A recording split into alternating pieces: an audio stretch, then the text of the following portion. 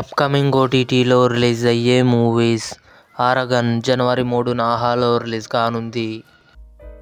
గుణ season 2 జనవరి 3న Disney+ హాట్‌స్టార్లో రిలీజ్ కానుంది.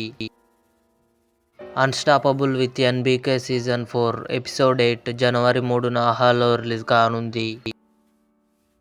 All we imagine as light జనవరి 3న డిస్నీ+ హాట్‌స్టార్లో రిలీజ్ కానుంది. నీలిమేఘ శ్యామ జనవరి 9న ఆహాలో రిలీజ్ కానుంది. పాతాళ్ లోక్ జనవరి 17న అమెజాన్ ప్రైమ్ వీడియోలో రిలీజ్ కానుంది.